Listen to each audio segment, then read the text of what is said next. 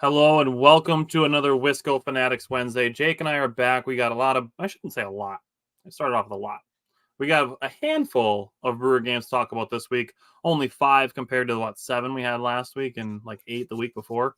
Only 7 games. 5. Wow. Off to a great start. 5 games this week. Sheesh. We're going to have 7 next week. Maybe that's why I keep getting the number 7 stuck in my head.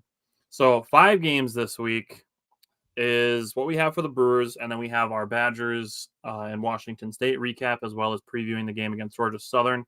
So we're going to start with the Brewers, but before we jump into our power pairs and underrated performers, I just want to give a couple updates because they have just come in, so I just want to throw these couple updates out before we start talking about power pairs. So the first one is Christian Yelich is going through another pregame of running and hitting and is making progress. Craig Counsell said that he is not ruled out for an at-bat off the bench tonight at this point. Nice. So Christian Yelich, basically, if this were the playoffs, he'd be playing. Love it. And then the other one is, got 2 more. Got another one. Brewers on-base percentage machine. Mark Canha had an MRI on his wrist today that showed no structural damage. He got a cortisone shot, which he has had in the past. And we'll have to let that work for a few days before he picks up a bat again Friday. So we're basically 2 days away for Mark Canha, so he'll get a couple days off. Yelich is close. And then the other bit of news that we have for tonight's game is Colin Ray will follow Trevor McGill. So the Adam McCalvy is saying that the idea of having an opener is to have your quote-unquote starter face the top of the opposing order one fewer time. So this is actually, and I saw a lot of complaints about this. I'm not going to lie. People being like, why aren't you just using your starter? You're using a high leverage reliever to face, the beginning of a not high leverage situation. So, and Adam McCalvy just perfectly alluded to it. So a guy like Colin Ray or say an Adrian Hauser or a Wade Miley, you use an opener against them. And then let's say the 4 batters come to the plate in the first inning and Trevor McGill gets those 4 batters out. Then you can have Colin Ray potentially pitch into the 6th or even the 7th inning. True. So also, I would like to say something just real small. You cannot win a game in the first inning, but you can lose a game in the first inning. Just like in football, you can't win a game in the first quarter. You can lose a game in the first quarter. Example, look at the Giants and Cowboys game from Sunday night. That game was over in 5 minutes. Yeah. So Trevor McGill, he was in consideration to be my underrated performer. So I'm just going to touch on Trevor McGill since he's getting a start tonight. Over the last week, he pitched the 7th inning of a 3-run game and the 8th inning of a 3-run game. So what would technically be save situations if it was the 9th, but those 2 innings pitched, no hits, no walks, had 2 strikeouts. Now over his last 10 games, Trevor McGill has brought his ERA from 4.82 down to 3.38. He's been really good since he came back up. Yeah, the last 2 weeks, he's been basically, I would say, one of the better relievers in the bullpen for the last 2 weeks. I'd agree. And he's been getting a little more high leverage work, so I think that's why people are freaking out that he's not pitching in a high leverage situation, but it's still a good way to use him. So, Jake, give me your pitcher first, because we have a little bit of something going on with our power position players, but give me your pitcher first. All right. So my power pitcher is none other than Corbin Burnes.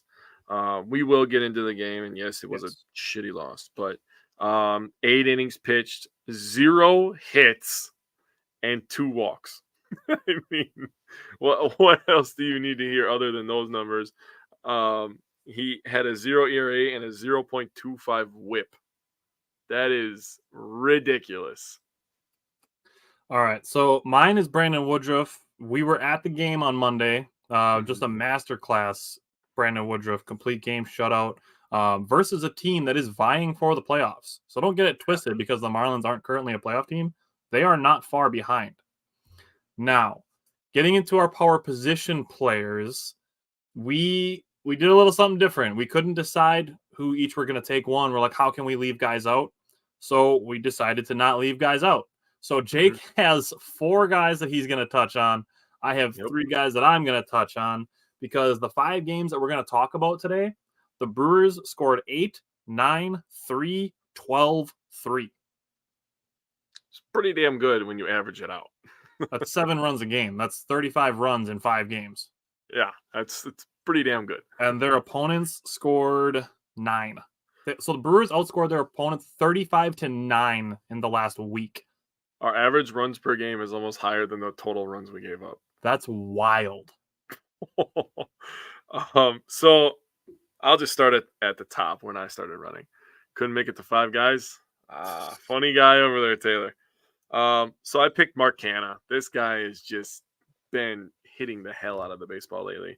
7 for 20, 4 runs, 1 home run, which we saw, 3 RBIs, one of which we saw live, and 3 walks.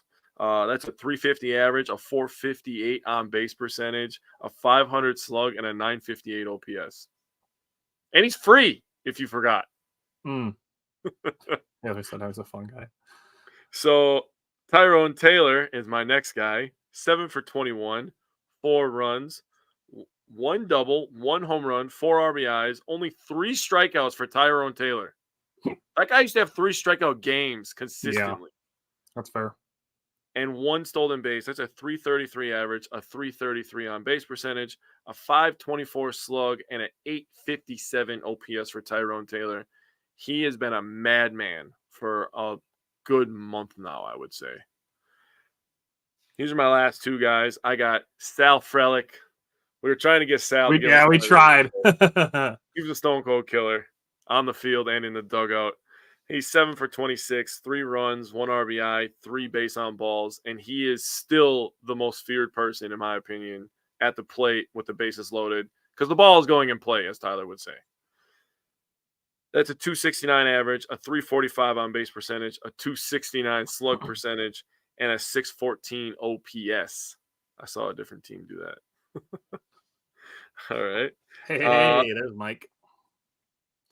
What up, Mike? So my last one is Andrew Monasterio, 7 for 22, 3 runs, 3 doubles, 6 RBIs, and 4 walks. The guy has been getting on base. And he's playing multiple positions. He could be in the all-righty lineup, play third base, play second base. He is very useful. That's a 318 average, a 407 on base percentage, a 455 slug, and a 862 OPS. All of these guys are balling, and we still got 3 more. Sheesh. Yeah. All right. So I'm going to go. The next one that I have Bryce Terang. Over the last week, he was 5 for 17. That's a 294 batting average. I also drew 2 walks, which gives him a 368 on base percentage. Is very solid work by Bryce Terang. Next to that, William Contreras just had a 20-game on-base streak ended last night. Over the last week, 7 for 22. That's a 318 batting average. Also 2 more walks. Now, this guy was going to be on somebody's list. We knew it. We saw it happen in person. Willy Adames. Willy Adames was 6 for 19 over the last week. That's a 316 batting average. Also added 3 walks, which gave him a 409 on base percentage. And all 6 of his hits were extra base hits. The guy hits the ball hard. So that gave him an 842 slugging percentage. Jesus. Couple that with his on-base percentage. Over the last week, Willy Adames has a 1.251 OPS. That's just dumb. That's absurd. All of that is dumb. Major League average is like between 7, 8. If you're really good, it's above 8. And Willie's just over here putting up weeks at 1250. That's crazy, bro. All right, Jake, give me your underrated performer.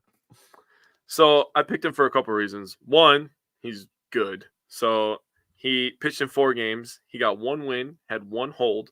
He pitched 3 2/3 innings, had 4 walks, 7 Ks, 0 earned runs, and he has a 1.09 whip. His name is Abner Uribe. The other reason is I love when people are nice to kids. We were at the game on Monday. He was one of the players that responded to the kid in front of us and gave him his autograph. So I know that's going to be a memory for that kid that he's always going to remember. I got to witness it, so that was pretty cool. But Abner Uribe, shout out to you. Awesome. So my guy just came onto my list last night. I originally was going to use Trevor McGill, but I switched so we could talk about Trevor McGill starting tonight, and I went with Josh Donaldson. We made a post that Josh Donaldson was getting the call up on Monday, and people were like, oh, he's got a 190 batting average. He'll fit right in.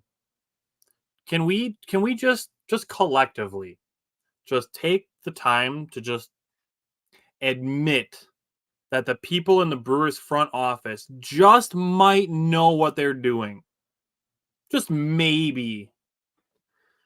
I mean, we could stretch that to all sports, really, if you really wanted to. I mean, look at the Packers situation, right? I mean, we moved on from Aaron Rodgers, and not that we wanted him to get hurt, because we absolutely do not play with that stuff. No, by the way, not at all. That is a no on our page. Yeah, if you're gonna laugh about that, see you later. We don't care. That's a ban hammer. Yeah, goodbye.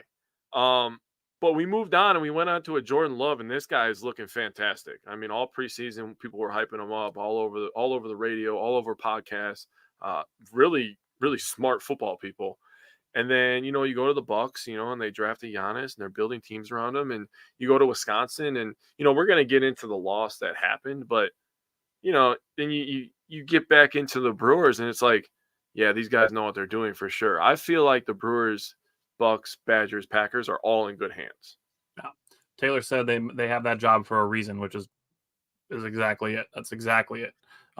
Maybe Craig Counsell is in the same like group of category of this guy knows what they're doing. There was a site that posted if every one-run game that teams played in was flipped, what the playoff situation would look like. The Brewers go from first to third in the NL Central. The Padres go from fourth to second in the NL West, which is hilarious to me. But we just admit that people know what they're doing. So Josh Donaldson gets called up, and people are like, oh, he's batting like 1 for 17 in AAA, 3 for 17, whatever he was. And he talked about it in the dugout, that it was basically just a shaking off the rust. He had felt like he's been good to go, like working out alone for like the last 3 weeks, but he couldn't come off the injured list, so he couldn't be working with it. So he was ready to go, just needed some game reps, which he got in AAA, shook off the rust. And now in 2 games, this is just 2 games, Josh Donaldson is 3 for 6 and has drawn 3 walks. He hit a home run. He has 2 RBI. He scored 2 runs. He has a 500 batting average and a 667 on base percentage in the last 2 days. There's something to be said for small markets, right? Everybody always thinks that everybody wants to go to a big market team. And obviously Josh Donaldson was in the biggest market that you can be in America. And he was in New York, and he was a Yankee, right? Like that's a massive target on your back. Guy who was a former MVP, playoff performer. I mean, this guy was good when he was at the top of his game. It was really good. For him to regress and have to deal with the New York media, that's tough to come back from. So then you come to a place like Milwaukee, smaller market, people that really just love their teams. And I stick up for Wisconsin, obviously, because I'm part of Wisco Fanatics, and I love Wisconsin sports too. But I feel like, for all the times that we pick on people for, not giving the best opinions on sports, I can almost guarantee that all the people that cheer for our teams love their teams. So they're going to love him. They're going to support him mostly. I'm only speaking for about 80% of the people here, but I think this is a perfect place for him to revitalize his career on a team that's really, really close-knit. So that's a great choice by you to pick Josh Donaldson, give him some spotlight. But, yeah, I'm really hoping that he can turn it around. Obviously, be good for us, right? Yeah, and we posted it when we called him up that he had a 672 slugging percentage against left-handed pitching. Monday, the Brewers were starting against a left-handed pitcher. So why not give that guy a shot? And he got on base a few times, so. Exactly. Mike being a super nice guy. I've seen the other side of this guy, so I'll take that comment. Taylor said, I think that's why he struggled with the Yankees with the amount of stress and pressure. Here he can just play ball. And that's it. He talked about just coming in, trying to give some juice as a team that's on a playoff push. And that's what he's done. So we're going to go to the Yankees series. We're going to start with game 1. We're going to talk through the 3 Yankees games and the first 2 games of the Marlins series. So Jake, what stood out to you from game 1 against the Yankees? Well, another big inning, right? But I'm gonna let you cover all the ins and outs when we do the breakdown. I'm really just the cover the stats, and then we both add our little inputs when you do the breakdown, right? So Colin Ray started this one, and Colin Ray is going to pitch again tonight. So we'll get to see more Colin Ray, or as my father-in-law calls him, Jimmy Johnson, because everybody who wears 48 is Jimmy Johnson. So it's just how it works in my household. Colin Ray pitched 4 2/3, gave up 3 hits, 2 earned runs, 2 walks, and 6 Ks. So I mean, honestly, could have been a lot worse. I'll take that from a Colin Ray Yeah, that's fine. I'll take every that. single time. Give Yep. me 4 2/3. Abner Uribe in this one, 1 1/3, 0 hits, 0 earned runs, 2 walks, 1 K. Jake's here just to look pretty. Yep, that's what I try my best to do. That's why I matched the hat with the shirt today, so I can look as pretty as possible. Oh, I know what that means. Hey, settle down, settle down. Trevor McGill gave us an inning of 0 hit, 0 earned run, 0 walk, and a K. So, I mean, he's, again, been lights out lately. The unsung hero of this team has been Bryce Wilson. The guy just eats innings. This one, he only had to pitch 1 inning, 0 hits, 0 earned runs, 1 walk. So, I mean, we got the debut of Vieira in this one. 1 inning, 0 hits, 0 earned runs, 0 walks, 1 K. So you get past Colin Ray, we no-hit the Yankees, which was a theme, apparently, in this 3-game series. We also gave up 3 walks, and we had 3 Ks and 4 1/3 when you got past Colin Ray. So that is fantastic stuff. Santana, Adames, Monasterio, Contreras all had RBIs in this one. Monasterio, Santana had 2. Adames had 3, a home run. Adames also had a double, his 20th of the season. Monasterio, his 12th. The Brewers were 7 of 20 with runners in scoring position. They had 20 goddamn at-bats with runners in scoring position.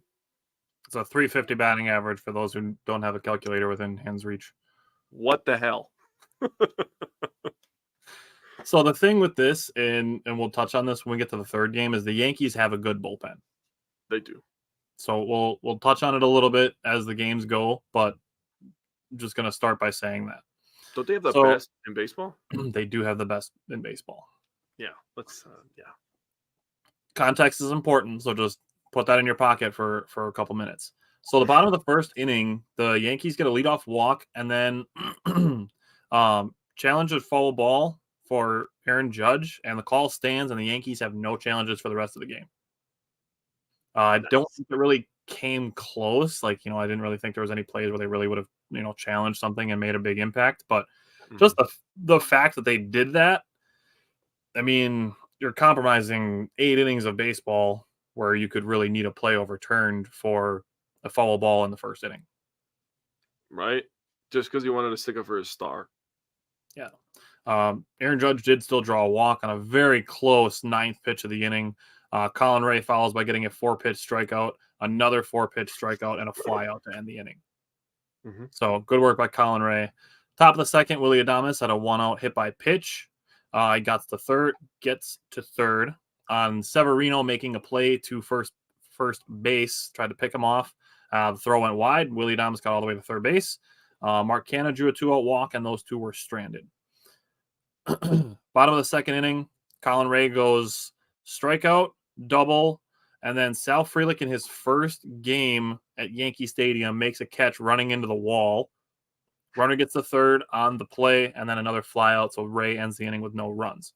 Going to the bottom of the third, Aaron Judge hits a leadoff single.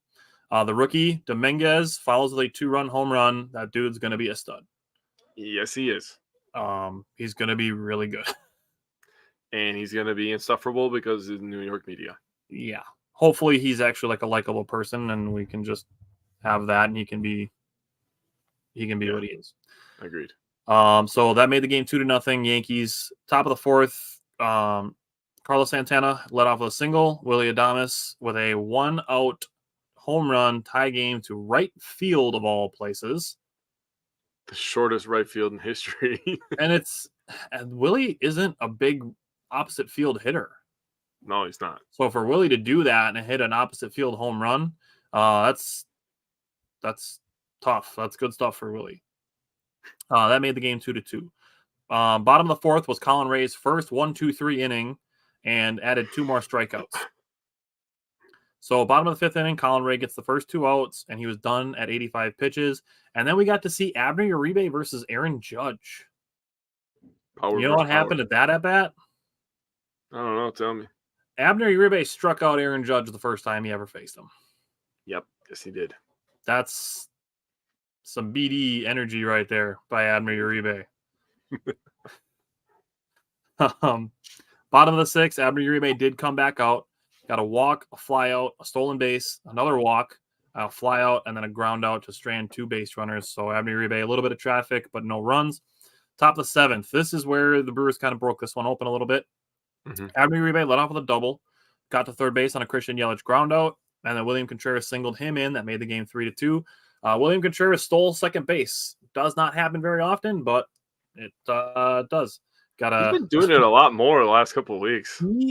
He just kind of takes some chances. Like, he got a huge jump on this stolen base that he had in this game. Yeah. And then a bad throw. Carlos Santana had a single, and then a bad throw home. William Contreras scored on that. Made the game 4-2. Carlos Santana got to second on the throw. And then to third base on a Sal Frelick ground out, and then Willie Adames ripped a hustle double that blooped on the right field line. That made the game 5-2.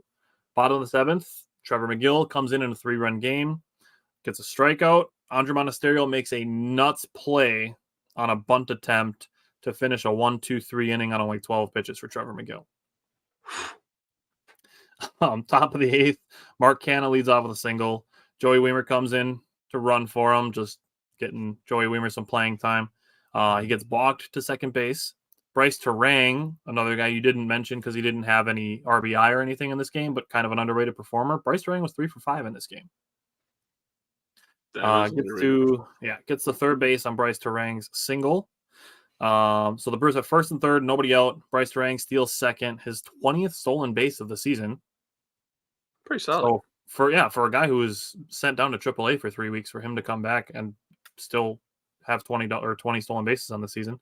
Andre Monasterio laced a double off the left center wall that made the game 7-2. Willie Contreras had a single that got Andre Monasterio to third. Carlos Santana another single that made the game 8-2.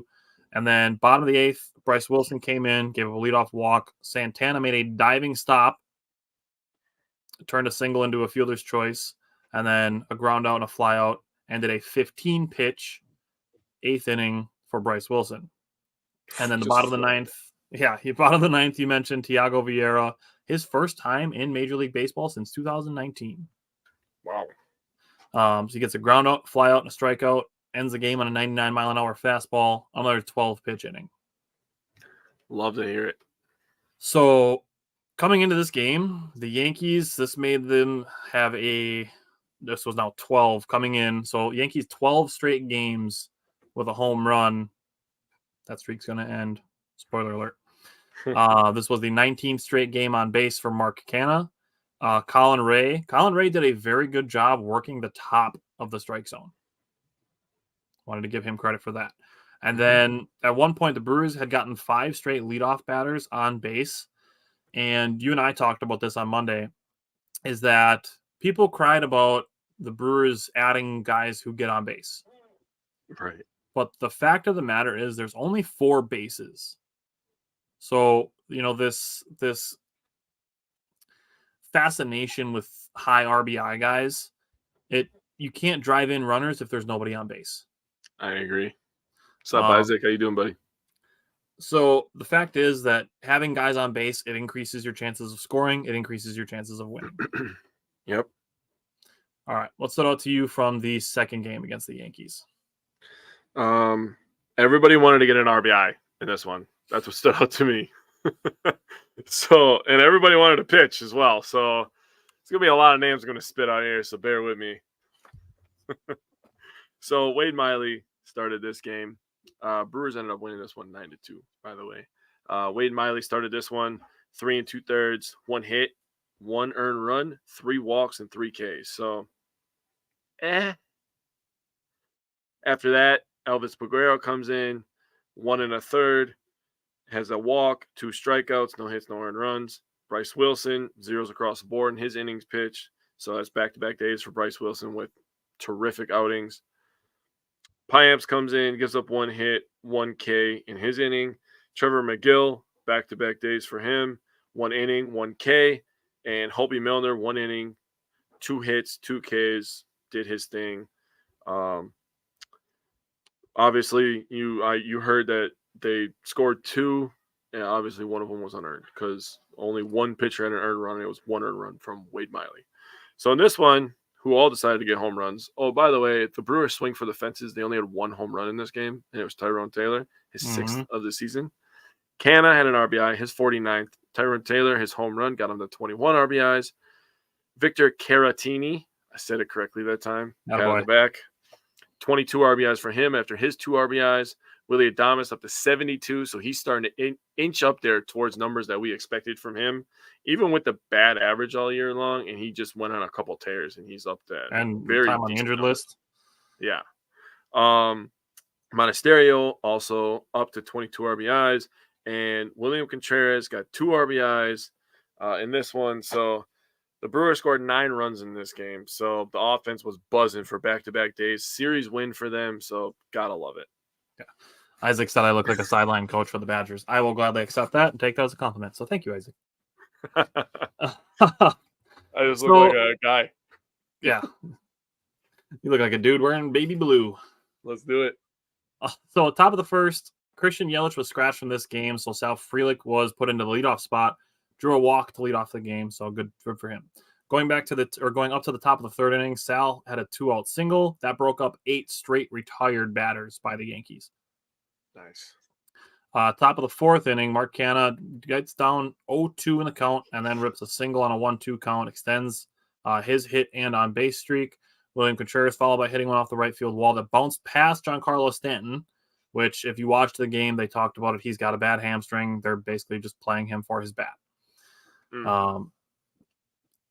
So Willie Adames, after he hits that one off the right field wall, gets a triple and then gets to have a little league home run on the throw to third base. So Willie Adames probably needed some oxygen after that play, but that made the game 2-0. Bottom of the fourth, 1-out, 4-pitch walk. And then Andre Monasterio tried to play a short hop on a ground ball, and it bounced off his glove. Just a very rare defensive mistake for Andre Monasterio. That turned that into a single that made the game 2-1. No, Isaac, surprisingly, Aaron Boone did not get ejected in any of these games. Very surprising. I was waiting for it in the third game because I was like, man, we went 2 straight games without him getting ejected. Right. So after that, a ground ball was hit to Willie Adames, and a wet ball forced a not great throw to second base that was called safe. That made the game 2-2. Wade Miley was done after that, and Elvis Peguero came in. Now, this is a situation where the Brewers, and then this is going to come up again when we talk about the third game, the Brewers had to use a lot of relievers in this game because of the rain delay. Mm-hmm. You know, you can do all the back in my day all you want. Today's game, like, they don't like pitch complete games all the time, and you know they're careful with how they use guys. So Wade Miley, being 36 years old, was not going to go pitch 6 innings after being ready to start at 1 o'clock, and the game didn't actually start till 3:30. Back in your day, how many guys threw 100? Because it's a lot more now. So Wade Miley only ended up pitching the 3 1/3. I think it was 3 1/3, not 3 2/3 innings. So a short appearance for Wade Miley because of the rain delay. That's important because we're going to discuss tomorrow from this game, game 3. I knew what I was getting at. trying to set the picture for myself, I guess. Bottom of the 5th, Elvis Peguero came back out, went 1-2, walk 3, had 2 Ks in the inning. Bottom of the 6th, Bryce Wilson came in, got a 1-2-3. Bottom of the 7th, Yoel Piamps came in, got a 1-2 single 3. Shelly said you guys are awesome. Was there a sexy play on Monday? We're gonna get to it. We're still on Saturday. Yeah, we're gonna get there. We're gonna get there. So top of the 8th, Tyrone Taylor pulls a leadoff home run that makes the game 3-2. Sal Frelick just putting the ball in play follows with an infield single. William Contreras hits an opposite field single. Carlos Santana did pop into the shallow outfield, but that one fell for a single that loaded the bases. And then Mark Hanna, another just pop flare, made the game 4-2. Willie Adames hit into a fielder's choice. The Yankees throw home to get the out there. And then Victor Caratini with a 1-out sac fly made the game 5-2. Bottom of the eighth, Trevor McGill coming in again in a 5-2 3-run game.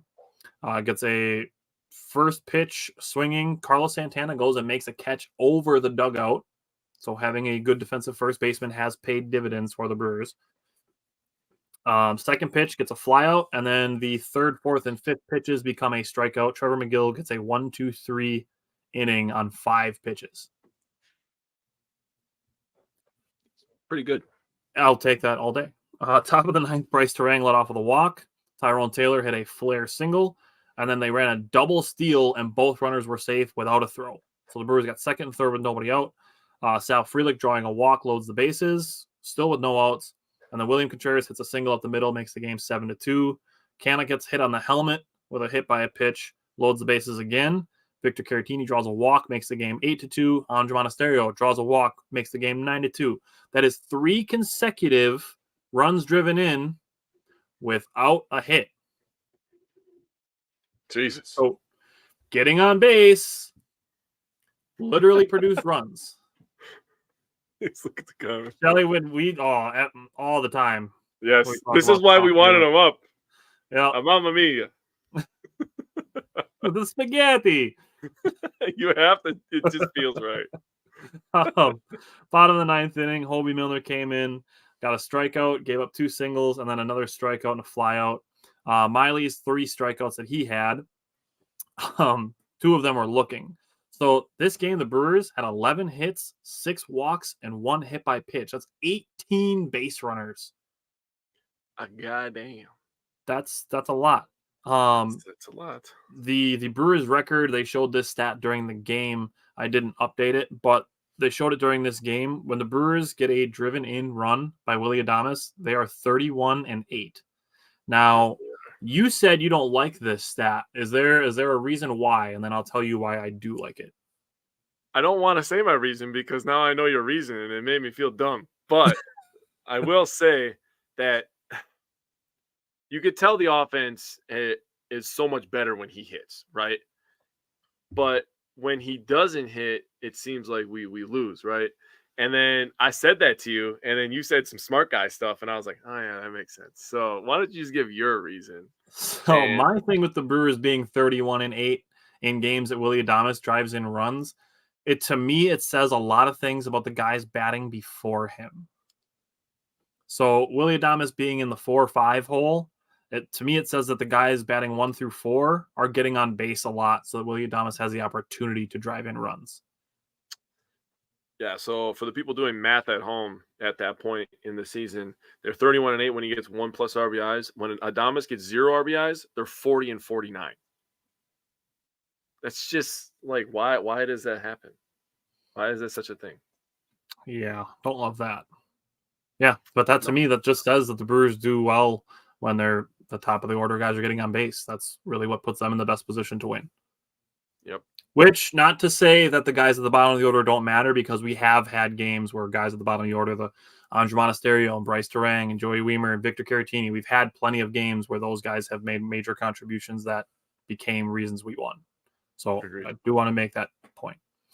So the bullpen in this game, 5 2/3 scoreless innings, only 3 hits, 1 walk, 6 strikeouts. It's become so normal that I just expect the bullpen to just dominate everybody, right? So when we give up a home run in the 8th, it's like, oh, well, I don't like that feeling. But once every month, all right, I can handle it. So this also popped up during the game. The Brewers are second in Major League Baseball in 3-run innings since August 1st. They have 29. 17 of those 29 have come without home runs.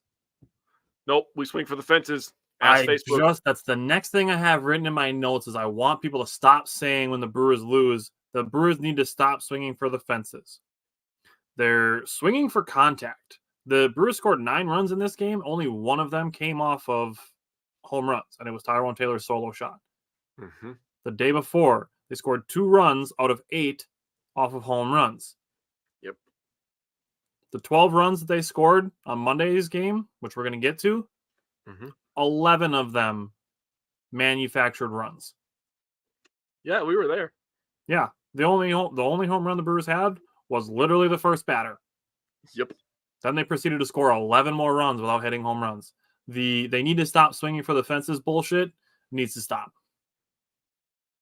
Isaac said our goal should be to go down the Brewers slide. I would love to. Don't put that in my head. That would be, oh God, would that be a day?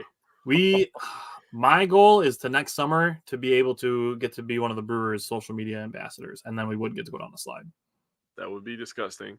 I would also like to fail at doing the Lambeau leap. That would also be cool. Oh, it would be horrible. It would be tremendous, but it'd be horrible. So yeah, I brought up Wade Miley getting a short start after the rain delay. Mark Canha's hit streak went to 8, his on base streak to 20. The last 2 weeks, Mark Canha 490 on base percentage, number 1 in baseball. And then the last thing, 13 of the 17 runs scored in these 2 games were scored in the 7th inning or later. And I brought up that the Yankees had the number 1 bullpen in Major League Baseball, and the Brewers put on 13 runs on them in 2 days. Ugh. All right. So ups and downs. Let's talk about Game 3. What stood out to you from Game 3? A lot of things. Yeah, this was a fun baseball game to watch. It really was. Start of NFL Sunday, so I'm watching NFL football and paying attention to the Brewer game. I'm like, what's going on here? I'm getting broken neck here watching both things. But Corbin Burnes was freaking awesome in this game, plain and simple. Like I said earlier, he was my power pitcher. So 8 innings pitched, 0 hits. He no hit them through 8 innings, no earned runs, obviously. 2 walks and 7 strikeouts. I didn't say the strikeouts before on purpose because I wanted to add it in here. So 7 Ks through 8 innings. He was dealing, and the Brewers were also facing a very good pitcher, for a little bit of context. Garrett Cole's pretty good, if you forgot. He's better than pretty good. I'd be 90% sure he's going to win the AL Cy Young this year. Yeah, he's going to be like his 11th fucking Cy Young award. Yeah, he's just a fucking monster. Pirates could have had him. Could have kept him. They could have. Thank God they didn't. That's great for us. Whatever. I don't want to face him. The Pirates got a crazy roster. Imagine if they got a lot of young talent. Yeah. So imagine a Garrett Cole. Some fucking reason they traded for Chris Archer in 2018, which was dumb, but whatever. Yeah. I don't know either. Devin Williams comes in the 9th, and he pitches an inning, no hit. We're going to get to some crazy stuff that happened. Abner Uribe comes in, also keeps the no-hitter intact, had 1 walk and 2 Ks. Then we got to the extra innings, and it was like, how long can we do this? Because this was a 0-0 game going into extra innings. And Joel Payamps gave up the first hit of the game, had 2 walks, a K, ended up giving up a run, and that one an unearned run. Yeah. Shafin comes in, and everybody in Wisconsin collectively went, oh boy. Gives up a home run immediately after the Brewers scratched 2 across, and we couldn't get one across for 9 innings. And it was like, why is this happening to me right now? I'll tell you why. I'll tell you why. Nah, I know you will. Hopi Milner only pitched a third of an inning. Ended up giving up the winning run, but 13-inning battle when we already won the series in New York. We came back home. Obviously, we got some context, some 2020 context here, but we ended up winning that series. We're doing some home cooking again. In this one, Tyrone Taylor, Monasterio, and Weimer all at RBIs. 22 for Taylor, 23 for Monasterio, and 41 for Weimer. Terang and Weimer also had doubles, 9 doubles for Terang and 18 doubles for Weimer at this point. But tremendous outing by Corbin Burnes. Let's just say that. Yeah, and I'm gonna pick this up in the 9th inning because we know Corbin Burnes was great, and I've heard oh my God, we waste Corbin Burnes starts. Do you not think that other teams line up their best starter against our best starter so they have the best chance to win? Nobody's looking at their scheduling being like, oh, shit, we faced Corbin Burnes that day. Let's put our number 5 starter against him. We'll just lose that one on purpose. Yeah, like not a single team in Major League Baseball is doing that. Teams want to line their best starters up against each other's best starters. Yep. Isaac, I'm going to come back to your comment when we're done talking about this game. Because I kept receipts. Oh. So I want to pick this game up in the bottom of the 9th inning. So you brought up Devin Williams getting a 1-2-3. Now, his third out that he recorded was striking out Aaron Judge. Did you notice that after strike 2, he was smiling? I saw that. Devin Williams, oh my God, he got the second strike and he's just smiling. It's just like, oh my God, Devin Williams. He knew he had him. That's why. Nuts. He knew he had him. It was over at that point. That's just like, if I was a Yankees fan and I saw that, I'd be like, fuck. I'm sure there was millions doing that. It's like Devin Williams giving a smirk with 2 strikes to Aaron Judge of all people. Like, this isn't a dude who's batting 190 with 2 home runs on the year. This is Aaron Judge, like literal reigning MVP. And Devin Williams is like, yeah, I'm about to get this dude. So that was awesome.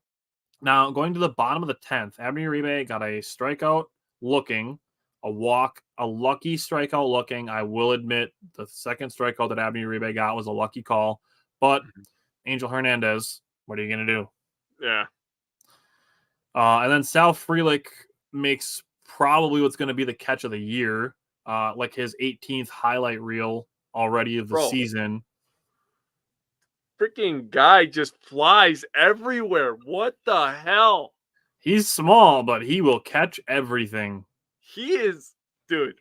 Like, I've made this comparison before, but like in basketball, when they say a guy plays bigger than he is, Sal Frelick 100% plays bigger than he is. That's a great way to look at that. He does not play 5'10". That guy feels 6'7", like Aaron Judge. Yeah. So Sal Frelick, you have Sal Frelick, you have Joey Weimer, you have Garrett Mitchell, and you have Jackson Chourio. You basically have 4 guys that could all give you elite center field defense. That's fucking nuts. We get to have them all in the same outfield. I know. Dude, Shelly, there's an emoji for this. There's an Italian hand emoji. It's a real thing. It is. It's my favorite one. I replied to it to a tweet that Sal Frelick was tagged in yesterday because I want to get Sal Frelick doing this. Dude. In a Brewers jersey. They did that as their team celebration for Team Italy, but I'm telling you, I need the Brewers to do that so bad, bro. I know. I want it. I need it so bad, dude. Vinny Rotino's on board, too. I said Vinny Rotino. I'm like, what do you think for the Brewers' next hit celebration to be the Italian hands? Bro, see? I'm telling you, bro. That would be so fire. Oh, I would freak out, dude.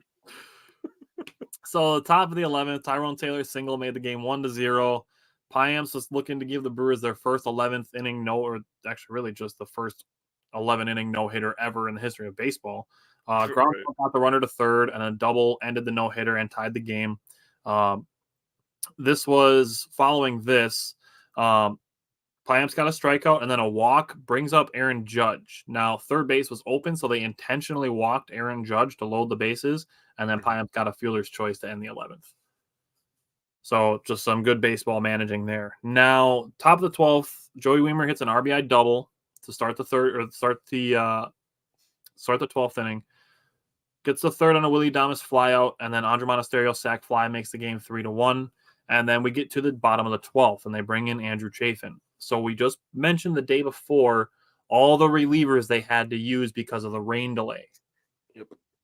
So now the only 2 guys left in the bullpen, mainly, that haven't pitched in the day before are Thiago Rivera and Andrew Chafin.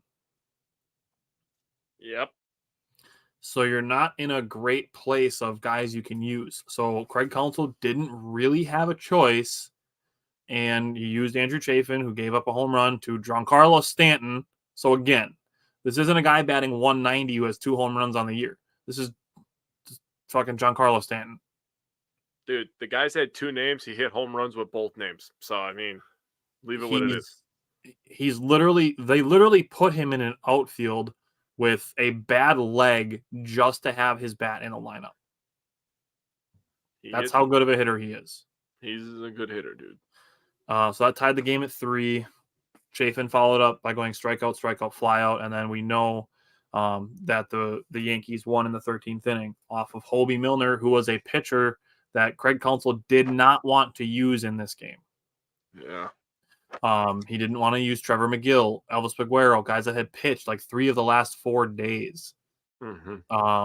So if I'm being completely honest with you, I would rather lose a game in 13 innings than to have any one of the A bullpen guys get hurt. Agreed. The consolation prize being 2 out of 3 games won on the road in New York. What's up, Tim? Yankees are so desperate. The Yankees, they might as well be mathematically eliminated. They're 1 game over 500. Yeah. But really what it comes down to is this is a tough game to lose, but it still only counts as 1 loss. So I just want to throw this out there. Corbin Burnes against Aaron Judge, a strikeout and 2 groundouts. So Brewers, they handle Aaron Judge pretty well for the series as a whole. I didn't take down his whole series numbers, but over the course of the series, they kept Aaron Judge in check. Very nice. All right, so Monday's game, the game we were at, this was amazing to watch. Now, Jake usually kicks it to me to do the breakdowns. I did this one a little bit differently because I wanted to keep all of Brandon Woodruff's stuff together. So I did this one by Marlins batting and Brewers. So I did this one a little bit different. So we'll see how this goes, doing the breakdown a little bit different. So, Jake, what's it out to you from Monday's game? First of all, I want to give another shout out to Mike from Wisco Collect. Thank you so much, dude. Honestly, that was incredible, dude. Walking down there, I was like, am I going to the right seat? Like, am I supposed to be down here? I've never been this close.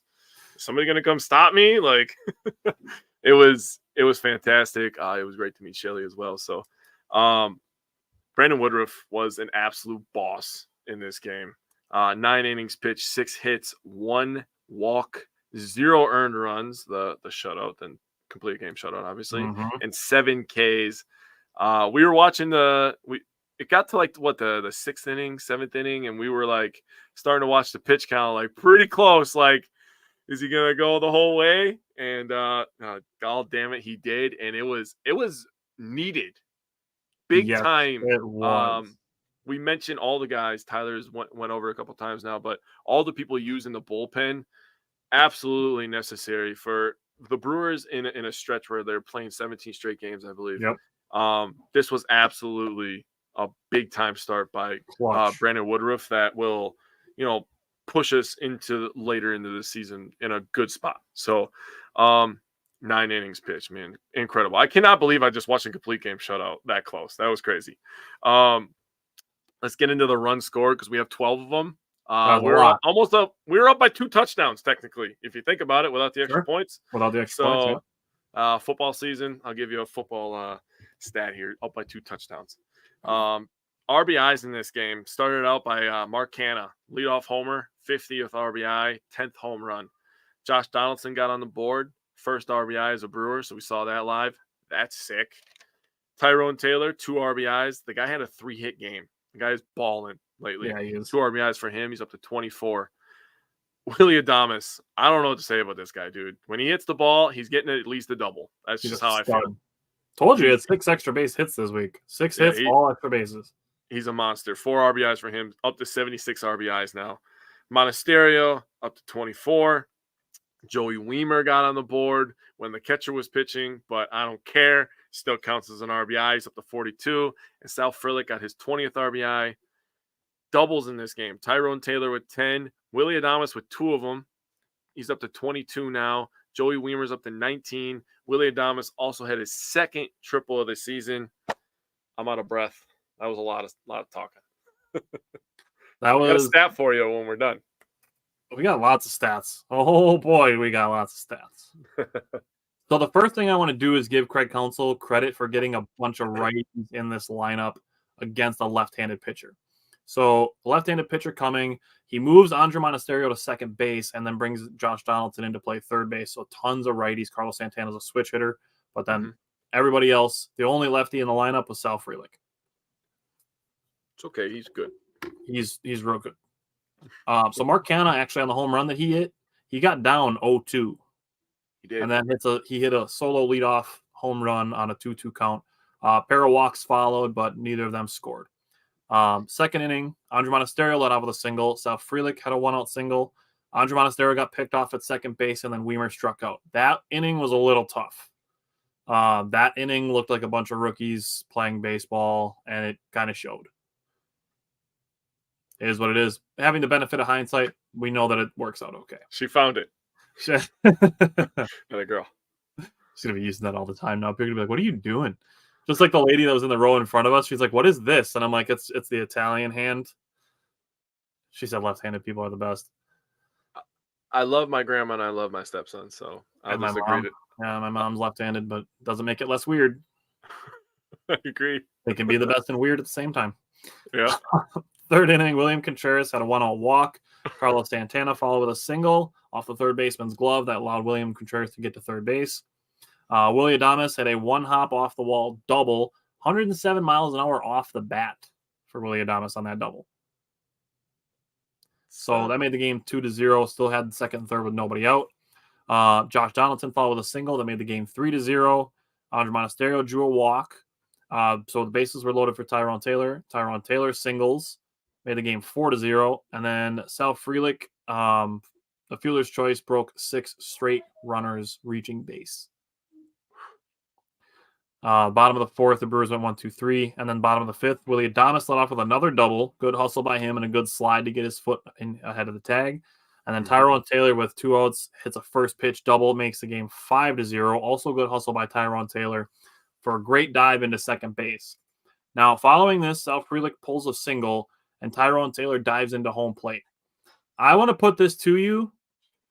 I think Tyrone Taylor might be the best, base slider on the team. You're not going to hear an argument from me. The guy is good at it. I will say, in the running, in my opinion, are 2 guys that come to mind. One, Yelich. The guy's just long. Yep. And 2, Sal Frelick, because I believe he's just fucking good at everything. So I think those are fair guys to bring up. The reason I want to say this with Tyrone Taylor is because we've seen it a handful of times in the last week. He is so savvy at diving to the outside of the bag to the opposite place of where the tag is coming. I agree. So he's done it at home plate twice over the last week and a half, because we have the picture of William Contreras and the umpire both doing the safe. That's Tyrone Taylor diving basically a body width outside the baseline, but diving with just his hand to tap on the plate or to tap on second base, which is what happened on his double. Yeah, we talked about how crazy good that slide was. That slide was amazing. So I just wanted to give Tyrone Taylor some credit for that, for 2 great dives, basically in the same span of plays. Sal Frelick got to second on the throw, made the game 6-0. In the 6th inning, Mark Canha had a leadoff infield single. William Contreras had an opposite field single. And then Carlos Santana drew a walk to load the bases for Willie Adames, and he pulls a sexy triple into the left field corner. That made the game 9-0, and it's just damn, the Brewers are just uncorking the offense. It was so nice to just relax. Oh, remember the first half of the season when we were bitching about that? Man, can we just have a game where we relax? Not every game has to be one game where we don't have to stress. One game where Devin Williams comes in a 1-inning game or 1-run game, and he doesn't give up 2 walks and a single to load the bases before striking 3 straight guys out. I'm sick and tired of going into cardiac arrest after every Brewers game. And then they'll just have one, just once a week. It's just every Monday the Brewers would win 14-1, and then it's all right, here we go. Now we're gonna run the rest of the games this week 3-2. Yeah, and now they're kind of kicking some people's asses kind of consistently now, to be honest with you. Yeah. For the offense, for guys like Tyrone Taylor, Bryce Terang, Andre Monasterio, for them to get hot at the right time it's huge. It is. And I said this to you the other day. I don't think anybody wants to face the Brewers with an offense. Absolutely not. I already know that the Brewers have great pitching, but to face the Brewers with an offense, that's scary. Yeah. So 7th inning, William Contreras Oh, no, sorry. Sixth inning. Sorry. Josh Donaldson drew a walk. That was his second time on base in his first game as a Brewer. Andre Monasterio hit an opposite field single. That made the game 10-0. He was the sixth straight man on base. So twice in this game, the Brewers got 6 straight people on base. Just throwing it out there. Said it a bunch of times. Getting on base increases your chances of scoring and increases your chances of winning. Eventually, you're going to run out of bases to put people. You are. So Tyrone Taylor had a fielder's choice after that, and then Joey Wiemer reached on an error, made the game 11-0. Seventh inning, William Contreras had a leadoff infield single.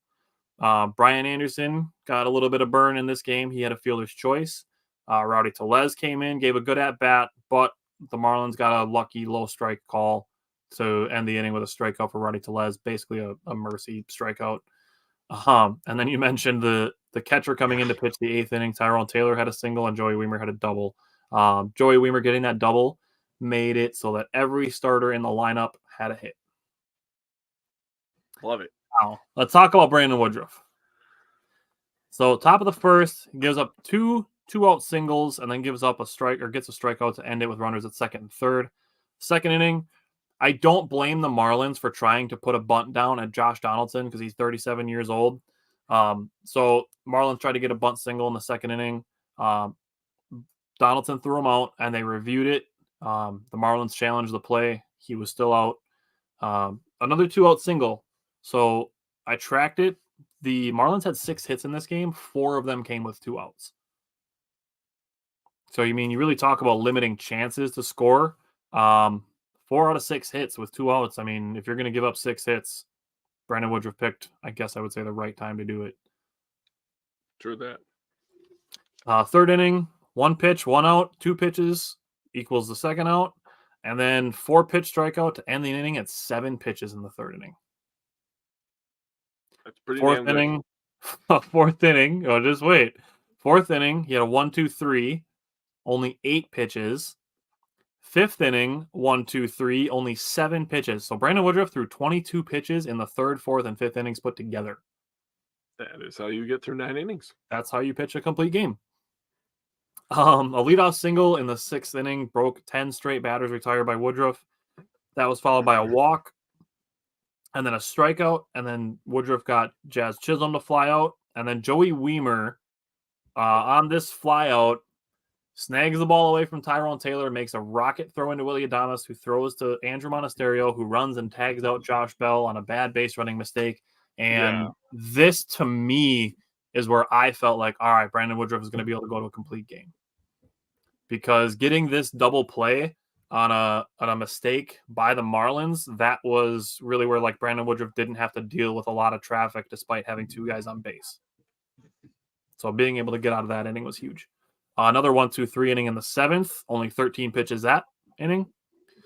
The 8th inning was another 1-2-3, a 3-pitch strikeout, a ground out on the first pitch, and then a 4-pitch pop out. So another 8-pitch inning in the 8th inning. Then the 9th inning, it got a little sweaty. Like, all right, maybe Woodruff might not get to finish this one. They had Thiago Vieira up in the bullpen, but a fly out, a broken bat single that sent a bunch of shrapnel at Brandon Woodruff, but none of it got him. And then a fly out. Thank God. And another single with 2 strikes. Just, come on, man. Why you got to be that guy? Just strike out so we can end the game. Nope, that's a 2-strike double or a single, dick. But next pitch, Brandon Woodruff gets a pop out to end the game. So the pitches by inning through the first 8, 15, 12, 7, 8, 7, 22. That 6th inning was a little rough. 13, 8, and then the 9th inning, Brandon Woodruff was able to finish the game. Now, Brandon Woodruff threw 106 pitches. The Brewers are now 9-2 in his last 11 starts. That's a good stat. 26 out of 33 batters that he faced were first pitch strikes. That's also a good one. It was the first complete game shutout by a Brewer since September 4th, 2021. Adrian Hauser against the Cardinals. I remember watching that game. Brandon Woodruff, now 21 straight scoreless innings. Damn. And Josh Bell, facing Brandon Woodruff is now 3 for 28 with a walk against Brandon Woodruff. He does not like Brandon Woodruff. Brandon Woodruff owns Josh Bell. Yes, he does. That is his property. And then we kind of touched on this a little bit. The fourth game of 17 straight for Brandon Woodruff to be able to pitch 4 innings and essentially make this an off day for the rest of the pitching staff is huge, especially when you factor in how much usage they had the 2 previous days.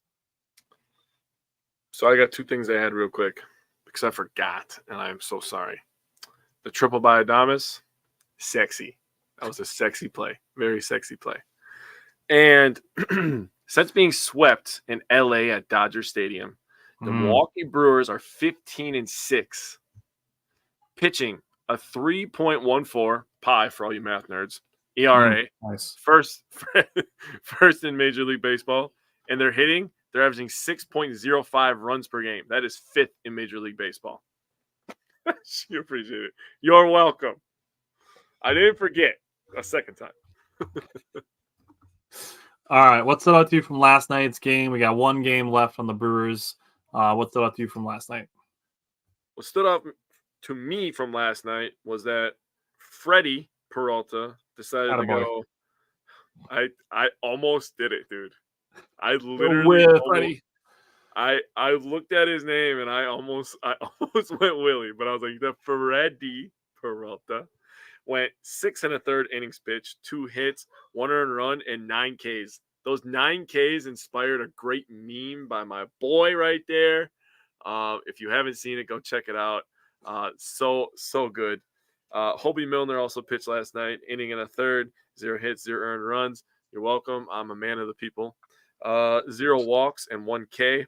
Abner Uribe gave us a third of an inning, 1 walk, 1 K. And Devin Williams pitched in this one, locked her down, got another save. Josh Donaldson absolutely demolished a freaking baseball last night. What was that, 436, 434? 426. 426. I knew it was a 6. 426. Monasterio got on the RBI train. Contreras got on the RBI train, which got him off 69, which is sad, but necessary. Now he can finish with 100.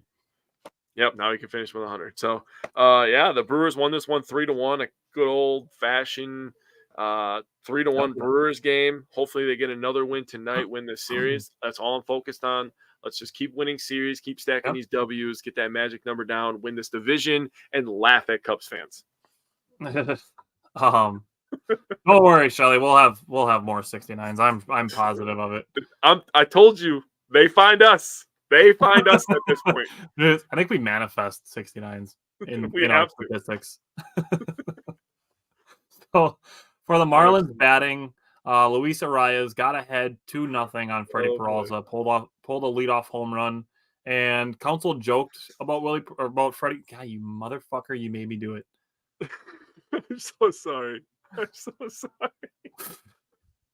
Craig Council joked about it, that Freddy Peralta needed to give up a solo home run, because he's done that a few times in his last couple starts, and he does that, and then he just locks shit down. Yeah. Andre Monasterio, this is Josh Bell running, but still for Andre Monasterio to be facing a left-handed batter running towards third base and then make a jump throw back to first base, it's still a nice play by Andre Monasterio. And then following that, a 3-pitch strikeout and a ground out ended the first inning. Second inning for the Marlins, 1-2 single 3 inning with 2 strikeouts. Now, following this, so this is the 3rd through the 6th inning. So this is just what Freddy Peralta did. A strikeout, 2-3, strikeout, second out, strikeout, and then a 1 strikeout 3 inning in the 5th, and then a strikeout, second out, strikeout in the 6th inning. Freddy Peralta retired 13 straight batters, and 9 of them were strikeouts. Jesus. Freddy Peralta gets the first out of the 7th, done at 95 pitches with 6 1/3 inning, 9 strikeouts, 1 earned run, 0 walks, and only 2 hits. Now, Jake brought up that this inspired the Freddie K graphic, which is on the Wisco Fanatics Facebook page. You can see that there. Did the Freddy Peralta in a Freddy Krueger sweater, made him Freddie K because he's racking up all the strikeouts. Freddy Peralta is now the 8th pitcher in Brewers franchise history to reach 200 strikeouts in a season. And I wrote them all down because I want to see how many Jake can get. Oh, Eight geez, well, pitchers. 8 pitchers in Brewers franchise history have 200 strikeouts in a season.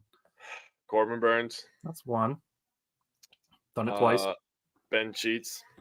That's another one. Giovanni Gallardo. He's done it 4 times. Jesus. Yeah. Every time I hear Giovanni, real quick, every time I hear Giovanni Gallardo stat, I'm just like, damn, he was really good for us. Dude is a baller. Holy shit. I didn't appreciate him enough. I always hate when I hear this shit. When I was younger, I didn't appreciate these players enough, man. Yeah. Oh boy. Did Brandon Woodruff do it? He had to have. He did it once. He had to have. So I got half. Yep. It's gonna be some random ass. I'll tell you that Freddy Peralta is one of the 8, so you need 3 more to guess. Fair. So 3 left. I just want to say his name to get his name in the universe out here. Chris Capuano. It's not Chris Capuano. I know. I appreciate the guess, and there is a guy from his era on here, but there is one like 80s great, one guy you should know, and then a guy who played in the Chris Capuano era. Oh, God. Now my head's going everywhere, bro. My head's going everywhere. Why'd you do that? My head's going everywhere now. Oh, boy. One I should know. You should know one of them. One I should know. Dude is arguably one of the greatest active pitchers that's played. Oh, God. Well, it's not CC because he didn't play here long enough to get to. You're on the right track, though. Is he from that team? Not in that season, but similar stature. Similar stature? Similar. Oh. Not the same, but similar. So he's a fat guy? No, not physical stature. Oh, like greatness stature. Like career greatness. Yep. I'm drawing a blank now. Just tell me. Or number 13. Oh my God! Really, Zach Greinke? Zach Greinke is one of them. Why did I not get that? You should have gotten him. I'm a POS for that. I am a POS for that. You could have just told me that he's like a savage, and I would have been like, yeah, Zach Greinke, because Zach Greinke is a savage. An 80s great? I'm never gonna get that. I don't know anything from the 80s because Teddy Higuera. He did it twice. Teddy Higuera did it twice. Oh, okay. And then there's a guy from the Chris Capuano era, maybe a little bit after. Just tell me. Doug Davis. Oh my God. I could have guessed that one. And I should have got Zach Greinke. I agree with you. I would have never got the 80s, dude. I would have never got the 80s. I don't go back that far into my portfolio. All right. So that was an old people dig, just so you know. Yeah, attaboy. Corbin Burnes came in after Freddy Peralta in the 7th. Struck out Jazz Chisholm on 3 pitches, which was nice. Milner came back out for the 8th. A nice catch by Sal Frelick. Kind of a diving, sliding kind of catch. So Milner got the first 2 outs of the 8th. And then Abner Uribe came in, gave up a walk, which ended 18 straight batters retired, and then a looking strikeout to end the 8th. Devin Williams came in to face the top of the order, got a 1-2-3 inning with a strikeout for the 9th.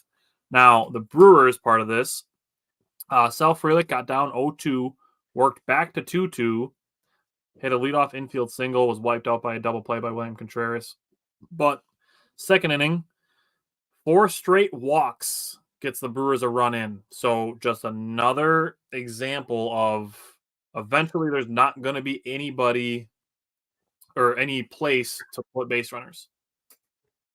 I'm gonna have Jake read the entire history of the Milwaukee Brewers when we're done. I can just go to my dad; he'll tell me.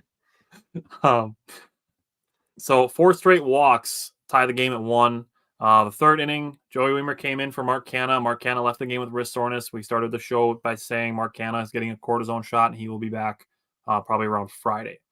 4th inning, Josh Donaldson's solo home run made the game 2-1. That was 426 feet. 7th inning, Andre Monasterio, a leadoff double off the top of the wall where it slants out to left center field. If he hits that 3 feet to the left, it's a home run. But just a little bit of that slant in the center field area for the Brewers. Tyrone Taylor followed an infield single kind of at the third baseman. So the Brewers at first and third with nobody out. Sal Frelick struck out looking at a pitch that was in the zone. Now, we saw this on Monday that Sal Frelick struck out swinging on a pitch that was moving away from him, ended up being way out of the zone, and we were kind of like, Sal, like we knew he swung at a pitch that he didn't, want to swing at.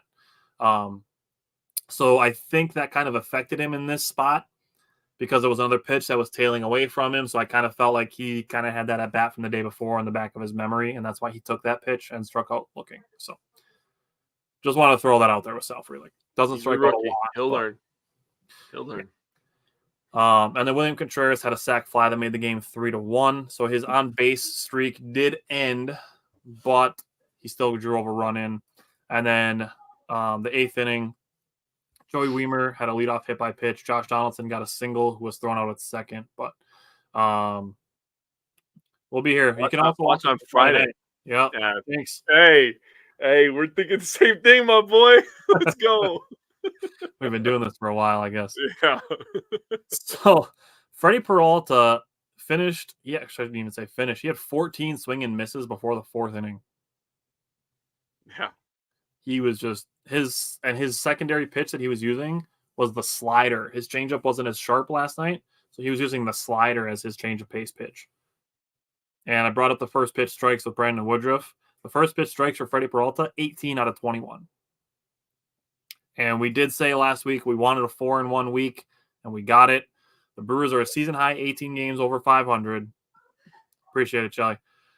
And Burnes, Woodruff, Peralta the last 3 days, 23 1/3 innings, 8 hits, 3 walks, 23 strikeouts, and a .39 ERA. Jesus. You do not want to face the Brewers in a 5-game series. No, you don't. Because we're throwing those 3 at you and good fucking luck. Oh my God, these 3 are on another level right now. If the Brewers average 4 runs per game in a 5-run series, 5-game series, they're winning that series. Easy. Yeah. They're definitely winning that series. Alrighty. So the Brewers coming up, they have 2 more games against the Marlins, starting with tonight. They have 3 against Washington, and then they have 2 between now and next Wednesday. Next Wednesday's game is also a night game, so we're only going to have 2 from that. But 7 games over the next week. What are you looking at for Brewers record prediction? Well, I'm looking to get one of the 2 against the Marlins. Probably drop one of them. Just being realistic about it. Looking to get some revenge against the Nationals and win the first 2 games against all of a sudden playing really good Cardinals. This feels like a situation, they say it all the time in football, right? Where guys at the end of the season that are on bad teams, they don't have anything to lose, so they're just leaving it all on the field. They're all playing for position. Calling up some prospects. Yeah, the Cardinals are just calling everybody up, and they're just young dudes that are just playing baseball, right? No pressure. Yeah. So they're a pretty dangerous team right now. We have a lot of games against them to end the season. So I'll say we'll take 2 of them. So I'm going to say 6-1. So I'm going to say I'm really looking, like you said, for just winning series. So the Brewers have, their magic number is 14. So the Brewers have, I want to say 17 games left, something like that. Yeah. 17 or 19. The Brewers could go 11. It is 17 because the Brewers could go 11-6. No, 18 games. The Brewers could go 9-9. The Cubs could go 11-5, and the Brewers would still win the NL Central. Damn. So that's what I was looking at. That's the magic number. And Isaac, see, that just proves my point, man. These teams that have nothing to lose, they're just out there playing ball. They have. Isaac brought up the Athletics. The A's beat the Astros last night. I saw that. So the Astros must be terrible because they lost the game to the Athletics. And the Rockies ended up holding on last night. They beat the Cubs last night.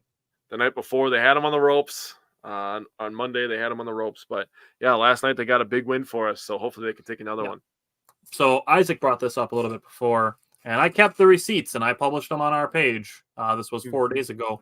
So today is now day 13 of Cubs not being in first place, despite saying they would be by September 1st. So today is day 13 of that being a lie. Again, I kept the receipts from Cubs and Brewers fans saying that, dude, the Cubs will be in first place soon. This team will be in third place by the weekend. All that shit. it's the just annoying. The main people that are Brewers fans that are saying this stuff is like 3 people, and like I just have to think that they ride around on their bikes with their gigantic helmets on, drooling from their mouths, thinking of the next dumb shit to say. Just like you said, just waiting for the Brewers to lose so they can be like, "See, told you." Yeah, it's why that you gain nothing from that, but whatever. I think it's a really desperate attempt at an "I told you so." Because people want to seem smarter than those around them. So they just will cling to the negativity, wait for a loss to be like, see, they lost 1 game out of 5 this week, to be like, oh, told you so. Like, dude, they took a no-hitter through 10 innings. Right. And they lost against the Cy Young winner and best bullpen in baseball. Ooh. Oh, no. Season's over. Forgot it ended in June, though. Yep. Never forget, dude. Well, Ellie De La Cruz stole home. Our season's over. Never forget. I'll never forget that, dude. Recency bias is undefeated and annoys me. You know what time it is, boy. It is football time. So we are gonna bring in Mike like we do. He's ready to go. Come on, Mikey boy. What's going on, my guy? I perked up at the 69 comments again. That's what he was doing on his phone while he's waiting in the back room to get going. Oh, Jesus. He's just like, I gotta find a 69 statistic in here somewhere. I need a 69 reference. Oh God. That's gonna start being. You can't put me on the spot like that. No way. leave it to the professionals. I understand. Yeah. Exactly. No, seriously. Yeah. Alrighty, so we're gonna start with our power pair and underrated performer. Last week we did it with 3 each, and it seemed to be kind of a lot of guys to go through. So this week we broke it up kind of how we do with our Packers shows, where each one of us is going to cover 1 guy. So this week we're going to do a power pair and an underrated performer. So let's start. I'm going to go first because I'm going to start with the offensive power player. We decided on Tanner Mordecai. He was 25 of 40. It's a 62.5 completion percentage. He didn't throw any interceptions, which I think is important. And the fact that he had 2 fumbles, in my opinion, were not his fault. Anytime a quarterback gets hit on the blind side and fumbles, that's on the O-line, not on the quarterback. Like, obviously, if a quarterback can hold on to the ball in that situation, that's great work. But I don't blame Mordecai for losing fumbles for getting hit on his blind side. And the other thing with Tanner Mordecai that I just want to throw out there is I like that he's not afraid to run. Yeah, he's got some sneaky athleticism. Yeah. He's mobile. So, that was going to be one of my biggest points to bring up. He got a couple 3rd downs on his feet in that game, which I absolutely loved. All righty. Mike has our defensive guy. Mike, who is our defensive power pair. Yeah, so, I mean, he's been the most consistent through 2 games. I've talked about him a lot on this show. It is Mr. Hunter Wohler. He had 13 total tackles and 10 solo, which is just freaking nuts. Clearly he's, in my view, he's been the best defensive player on the team so far this year. I'd put it to you, he might be the best player on the team so far. Yes, and I totally forgot to look up this stat before I got on here, but as far as total tackles goes, like 2 weeks in, I'm willing to bet he's got to be up there, like in NCAA ranks as like, the guy at the top of the list. So he's got 24. So, I mean, that's a lot. Which is insane.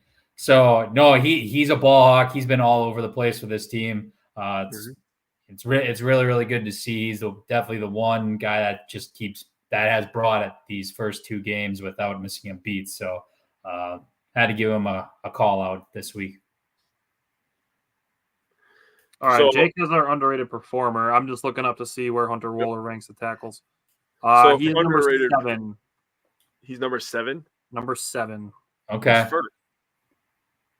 The first. Okay, so if we're going by guys who have only played 2 games, then he'd be 3rd.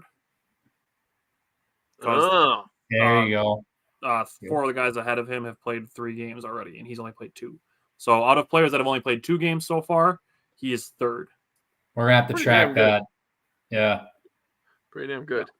for a guy that came into the season with 38 total tackles, and now he's third in the country. So pretty solid. Mm-hmm. So for underrated performer, we went with big number 90, James Thompson Sr., me, Mikey, and I believe, Tyler, you were asking for pass rush too last week. But we were asking for pass rush. We were looking for somebody up front to win, get some pressure on Ward. And James Thompson must have been watching the show. Him and Getz were watching the show together in their dorm room. 5 total tackles, 3 solo, 1.5 sacks, and 2 tackles for loss. He was just creating a ton of havoc in the backfield all day long and winning his one-on-ones. He started to get double-teamed a little bit later in the game because he was literally wrecking their game plan. So James Thompson Jr. was very, very good. Jake, let me throw this to you. He was basically the Badgers' Devontae Wyatt. He was 100%. There you go.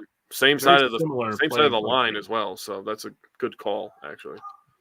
Alrighty, so I'm gonna let you guys give your offensive takeaways. I will be right back. I gotta run and grab something quick. Okay, so Mikey, you want to start? No, go ahead. I'll bring up the rear on this one. Offensive breakdown. I don't really have a lot to take away. I feel like the offense took a little bit to get started. It's kind of like an old car, right? You turn the key and it gives you a little bit. Turn the key, gives you a little bit, and on the third turn, it starts up, right? And you're like, hell yeah, baby. So for me, 368 total yards is nothing to scoff at. It's a decent day, right? 278 passing, only 90 rushing. We just couldn't get the run game going this week, which I don't care what offense you run in football. You need to run the ball. Plain and simple. You can't run the ball, you're not going to be able to pass the ball. And if all you do is run and you can't pass, you're screwed. You need balance. Football is all about balance on the offensive side of the football. So 90 rushing yards, only 3.1 yards per attempt. That's not going to cut it for a team with talented backs as Ches Malusi and Braylon Allen. We call ourselves running back U. 3.1 yards per carry is an embarrassment, to be honest with you. They averaged 7 yards per attempt on the pass, which was decent, considering that we throw a lot of screen passes, a lot of, like smoke screens, little slants, drags. So that's a decent average. 6 of 14 on third down is livable. You can win games going 6 of 14 on third down. 0 for 1 on fourth down. 3 turnovers. The 2 sack fumbles. One of them obviously led to a touchdown, which was massive.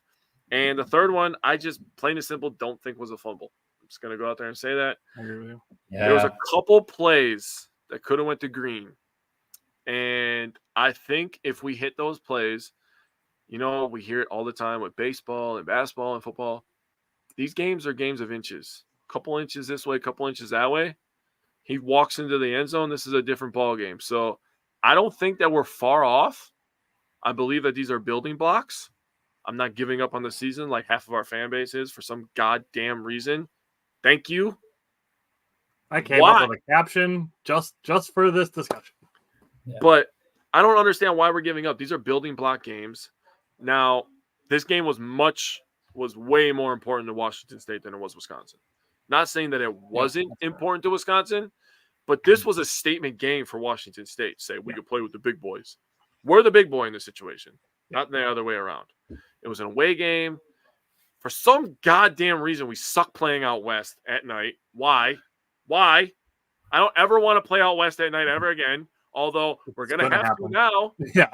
Yeah. We're forced to now. So my wish will not be granted, but the offense overall, I thought it was okay. We just need to run the ball a little bit better, get a little bit more consistent with our intermediate passing. Great call up by Tyler, by the way. But other than that, I have no problems with our offense. I believe that we're almost there. We're getting closer. Okay, so just on this section specifically, the fact that there's so much optimism gone after literally one loss. Now, the 2 things that I want to bring up is if you spent all of the first half of last season calling for Paul Chris to be gone and for Graham Mertz to be gone, and you got both of those wishes to still be bitching after week 2, we got everything we could have wanted. A new coaching staff that's going to blend the tradition with the new. He's a great dude for working on social media to get recruits interested in coming here, to make them excited about being here. everybody's talking about how fast everything is, and we have guys that we appreciate them being here, like Luke Fickell, and then 12 transfers that followed him here. One being Tucker Ashcraft, who could be on Colorado right now, balling out. True. It's a little bit different because they didn't like re-offer him when Dion came in, but he still could have tried to walk on. But to go from like 12 weeks of complaining last season to being excited for 10 months of the offseason to just basically say, fuck it, I don't care that they started 1-1. I'm already angry it's ridiculous. For anybody who is going to ever try to tell me that recency bias isn't real, this is the perfect example. 100%. To spend 10 months building this ship of optimism and then to jump off of it when a sample size of this big compared to the entire offseason that we had, like you spend all this time working on this thing just to toss it into the fire.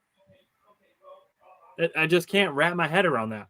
And then the fact that the other thing that all the people that are complaining, I shouldn't say all of them, but you know, you got the old clickbait sites that are out there saying, "Ooh, we should bring back Jim Leonard."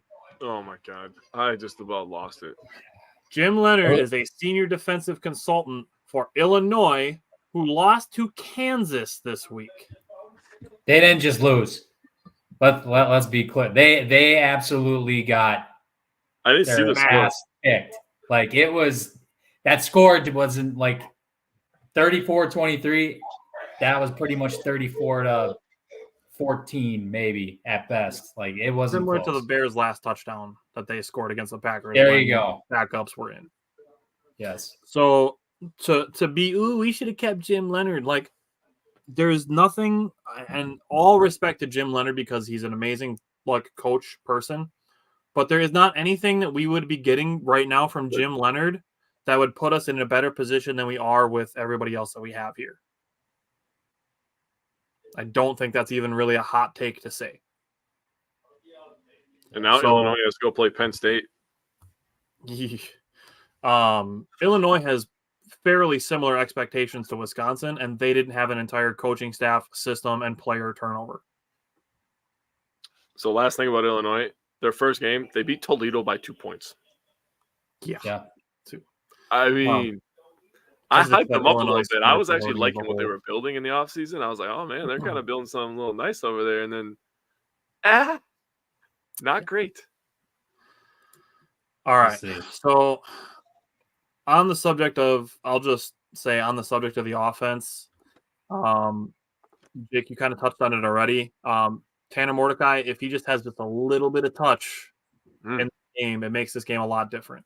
I still think he was good in the deep. He was a little bit better in the intermediate throws this week, but still just a couple of them kind of left on the field. Mm-hmm. But I want to bring this up because we want to earn the respect of people who watch our show.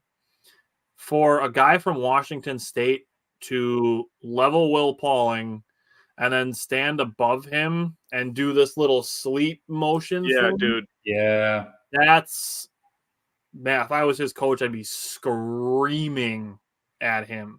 Yeah, fuck you for that. That's one of the more classless things that I've seen. If you make a good play and you trash talk somebody, like that's one thing because you made the play. Like you deserve it. You made the play. You were the better person in that interaction. But to hurt somebody and then brag about it is completely different. Yeah, that's some bullshit. Yeah. So Washington State did get ranked up to number 23 this week after beating the Badgers, basically just taking their place in the rankings. But is there anything that you guys want to bring up with the Badgers defense? Mikey didn't go about offense. Oh, all right, my bad. Offense. Oh, no worries. You know, starting with traveling out west, that was one of the first things I was going to bring up. You get the Joel Stabby vibes at Arizona State, especially after that the safety, which I'm sure we're going to talk about, and then obviously Ches Malusi's first allegedly career fumble, which that was worse than the safety. But again, I'm sure we'll talk about that. But all in all, our offensive line has had better days. Obviously, Jack Nelson had a tough night, which I'm pretty sure that dude's going to go to the NFL. That Ron Stone guy, he's going to the NFL. He made Jack Nelson's life a living hell. I don't know if he's ever had a game that poor in his whole Wisconsin career. Washington State has 2 of those guys. They have 2 sixth-year senior edge rushers. So he was a 6th-year. All right. Yeah, 2 of them. But, I came away, like, after watching all the highlights and watching this game again, I am super confident that if we get put in a situation where we might be down 2 touchdowns or a touchdown, Tanner Mordecai can get us through that.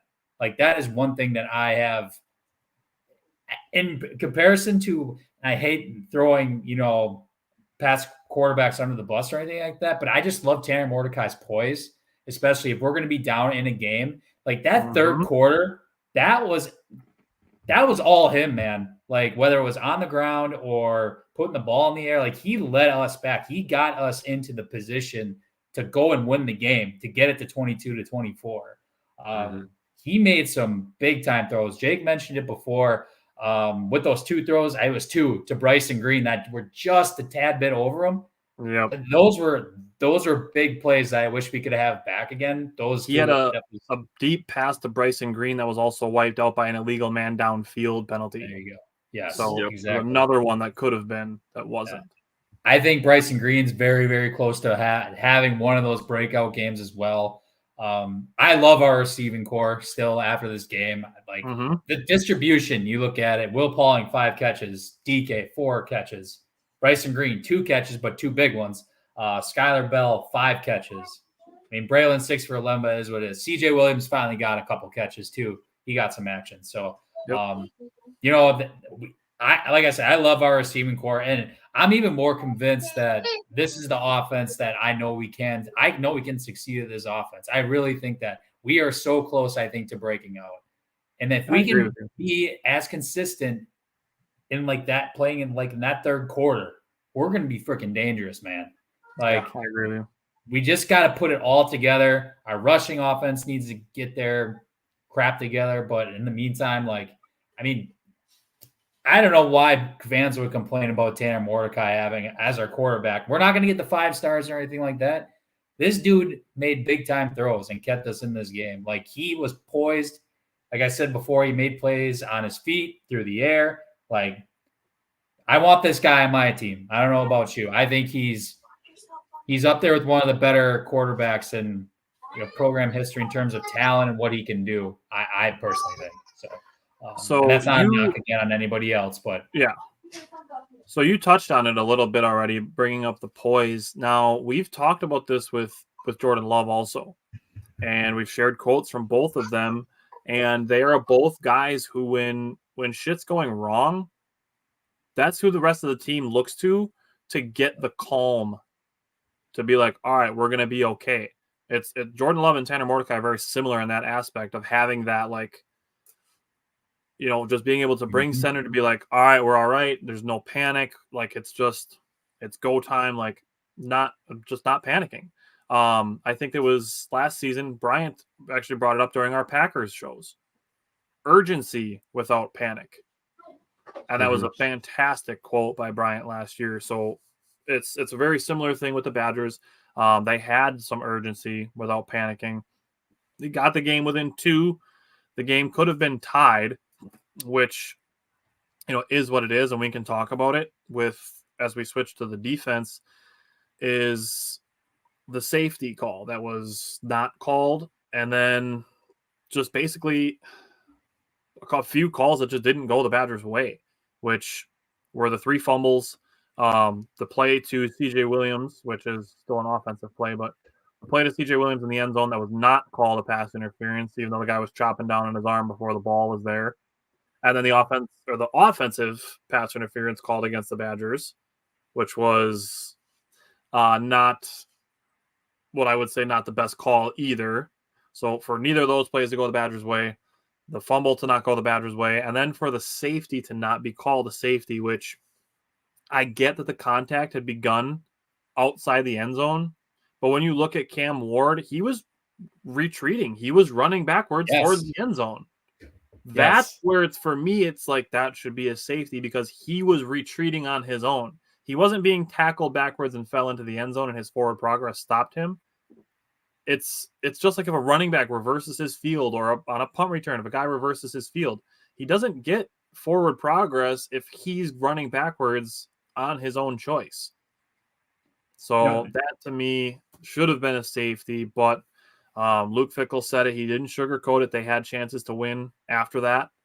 There were other plays they could have made, but Mike, what's it out to you with the defense? I mean, from a not so positive standpoint, I think schematically, I would say I think we're still having issues, unfortunately. But we said going into this year, whether that's offense or defense, we might have those schematic issues. I mean, we saw it numerous times. Guys are out of place. When Alexander Smith was all by himself on the one side of the end zone at like the 1 yard line, I think, and Washington State made a quick pass into the end zone. He was all by himself. So, and just like the rotating of guys and everything, just schematically, I thought we would be still a little bit better because we are practicing against spread offenses consistently in practice now.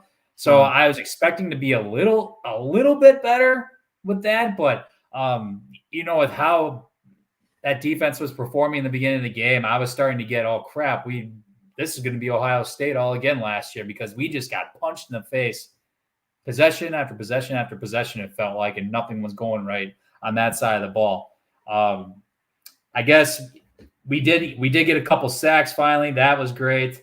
The safety issue, that was unfortunate. I have the same conclusion as you, Tyler, in regards to that. As a quarterback, when he drops back like that, I think he gives up his initial position, so to speak. So I thought that was why we should have got that safety, but it's Pac-12 refs. So this is what we're dealing with here.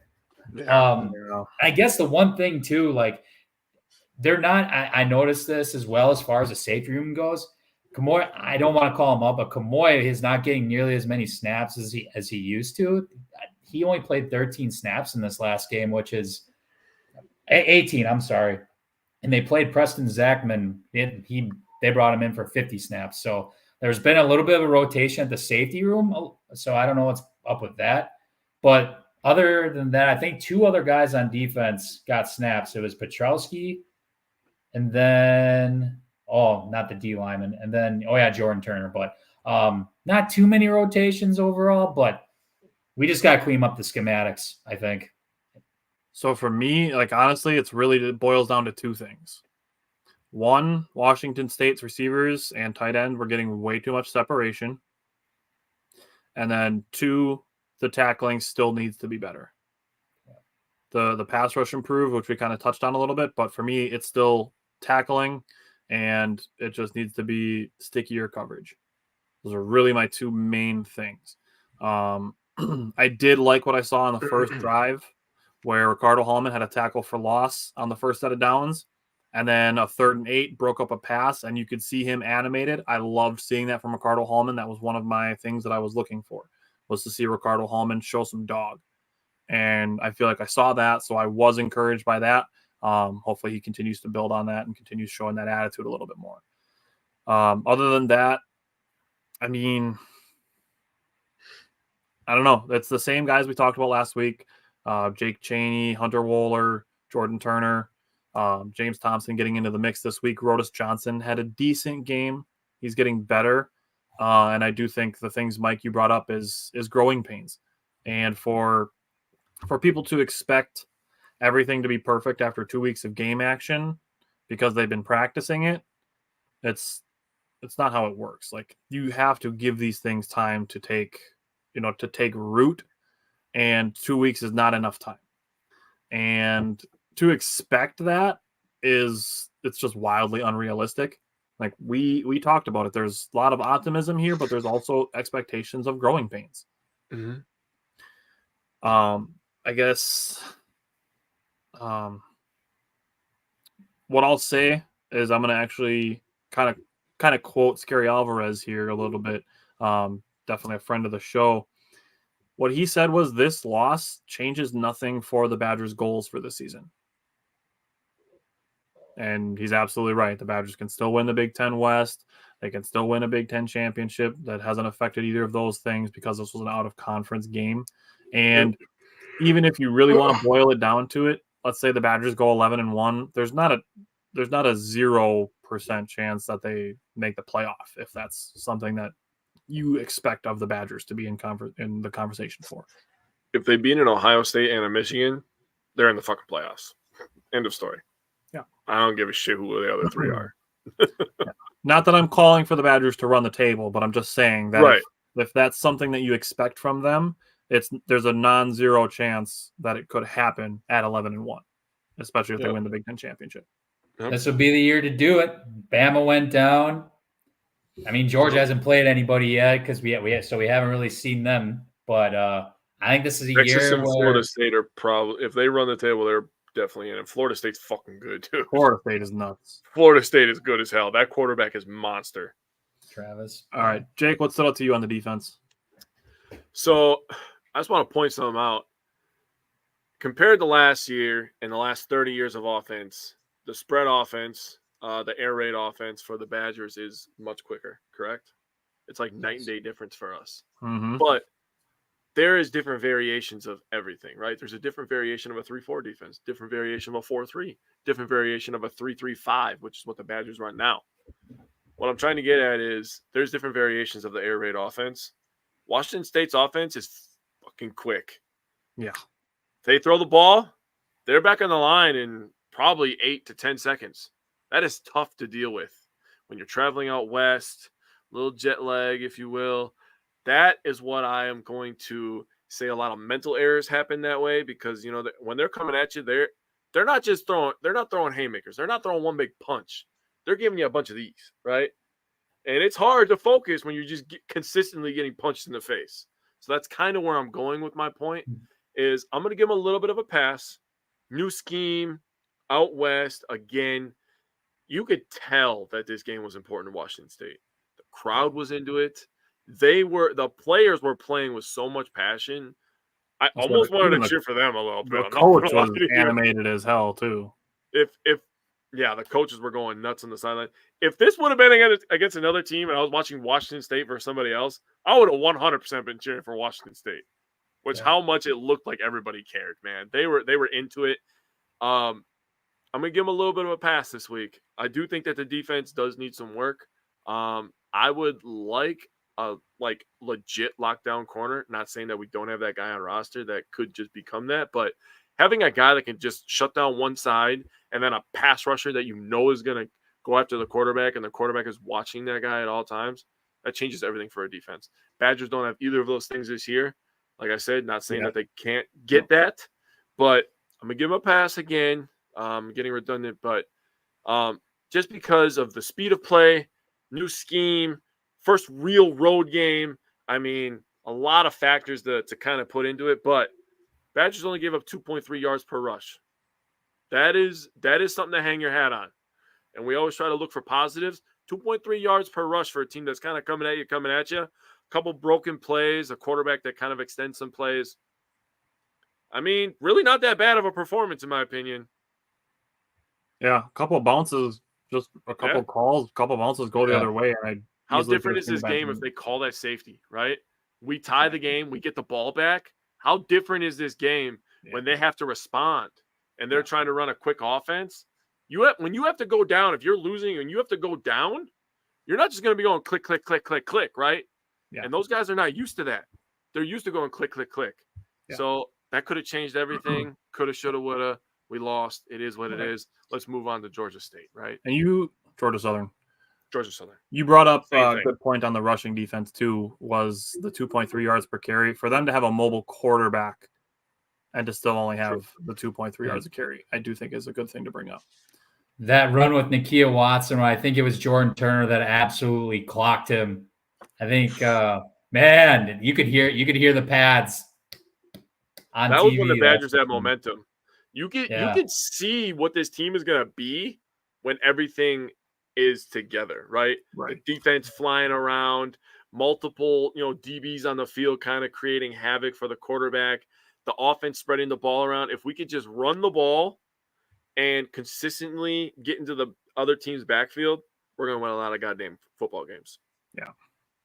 All right. So speaking of football games to win, Mikey, what are you looking for from the Badgers offense against Georgia Southern on Saturday? I think we got to find a way to establish a run. I think that's something that we need to, I mean, that is our backbone at the end of the day, right? I think we do need to have somewhat of a rebound with that and get the run game going, get Ches going, get Braylon going, get back up to speed with that. I'm also looking forward to seeing how the O-line rotation, if there is going to be maybe a few more reps for some other guys that haven't necessarily gotten the snaps, like Joe Brunner, like who was it? Trey Wedding. He got some snaps actually last week for Joe Huber. And then maybe, there's Jake Renfro, is his name starting to pop up again. So maybe on this injury report, it sounds like he's still going to be out maybe this weekend yet, but I would look for his name to pop up here relatively soon. Maybe they're just going to save him for the Big Ten, for when they start Big Ten play, which wouldn't surprise me. But offensively, we need to see the run game, I think, get it reestablished again. And just look for other offensive linemen potentially to get some reps. That's what I'm looking for. Jake, what are you looking for the Badgers offense? So I hinted at this before. Tyler, you weren't here, but first game, we ran the ball super well. I felt like last week we were more air raid, where we were passing the ball a little bit more. I'm looking for us to establish some balance. These are the building block things that I keep referring to, the growing pains that everybody keeps referring to, that we're going to ask you to remain patient. But if you want to get balance, I think Georgia Southern's kind of your opportunity, right? And by the way, I don't think they're going to have a problem running the ball this week, Mike. That defense is a little light in the ass, man, if you ask me. So they got 4 guys in their front 6 that are lighter than Braylon Allen. If we don't run the goddamn ball down their throats, I'm going to lose my shit on Saturday morning. But I'm looking for them to establish balance, keep being consistent on third downs, get Tanner into a rhythm, get these running backs into a rhythm early. I'm not a big fan of Braylon on the edge over there, because I think he's more of like a forward guy. He's not a side-to-side shifty guy. Not that he can't be. But if we're going to give him the damn ball, give him a screen, let him establish it, let him go forward. I'm not a boundary guy. That's a Malusi play, in my opinion. Yeah. I like that you brought it up, that balance, and not just going to we need to go back to running the ball 40 times a game. No. I'm glad you brought the word balance in. That's a good way to put it. I will say, for me, for the offense, I mentioned this a little bit already. Tanner Mordecai was better on the intermediates. He just still needs to be just a little bit better still. Mm-hmm. I do think he's making progress in the right direction from game 1 to game 2, so I'm looking for that to continue in game 3. And the other thing, I have this written in my notes in all caps, is protect the blind side. Georgia Southern, to Jake's point, they don't have a ton of big guys, but they do have 4 forced fumbles and 3 fumble recoveries. Ooh. They only have 1 interception, and they've only made 2 sacks, however. So just make your plays and cover the ball and just protect Tanner Mordecai's blind side so he doesn't have to deal with getting hit from a play he can't see coming. True. Mikey, what are you looking for from the defense? Oh, man. First and foremost, get a goddamn turnover any way possible. Mm-hmm. It can be a fumble. It can be an interception. I don't care. Please, please, please, please get a turnover. We need that. We had one opportunity. I think the one opportunity we had, it was that deflection, I think. It went off of 2 Washington State receivers. I think it was towards the end of the 3rd or early 4th. But that was one opportunity we had. But we need to find a way to get a turnover and get our offense the ball and build some momentum, get off to a fast start. I actually meant to say that in the offense, but because lately in these first 2 games, we slow starts. I think we could all agree on both sides of the ball. But I need to get a turnover. I need to get a turnover any way possible.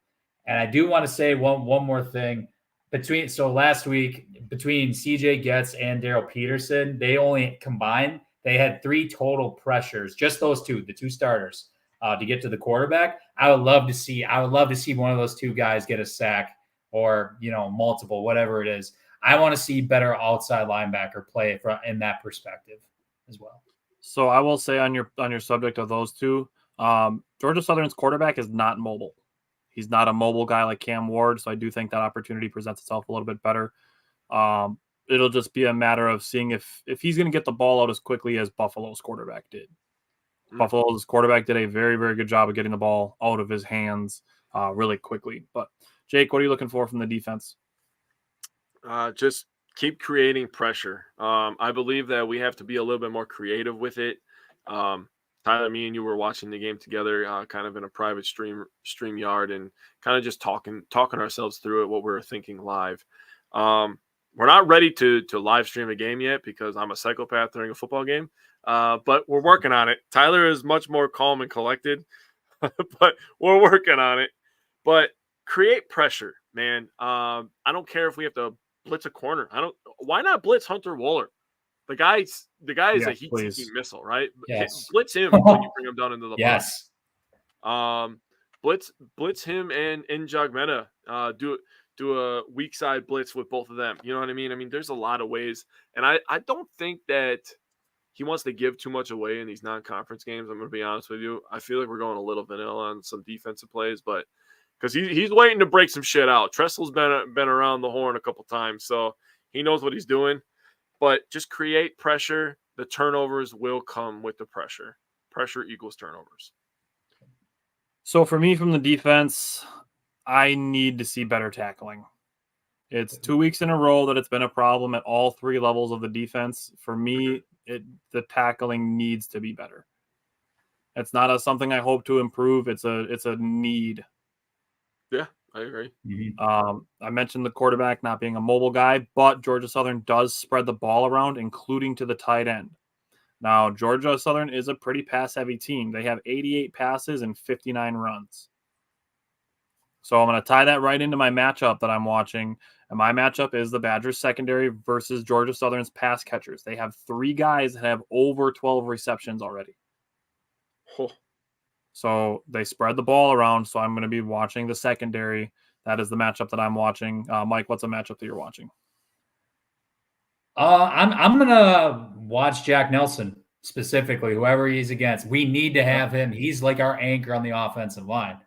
I'm watching to see how he bounces back this week, because if he puts on another performance like he did last week, you got to start maybe looking, okay, do we need to put in Nolan Rucci to light a fire under his butt, or what are we doing here? So I'm looking to see how Jack Nelson responds. So I'm looking at the left tackle position. It's a good pick. Jake, what's the matchup you're watching? So Georgia Southern defense gives up 344 yards, 145 rush yards. Again, they're a little light in the ass. Their 2 outside linebackers weigh 225. They have one that weighs 235. Their 2 inside linebackers both weigh in the 220s.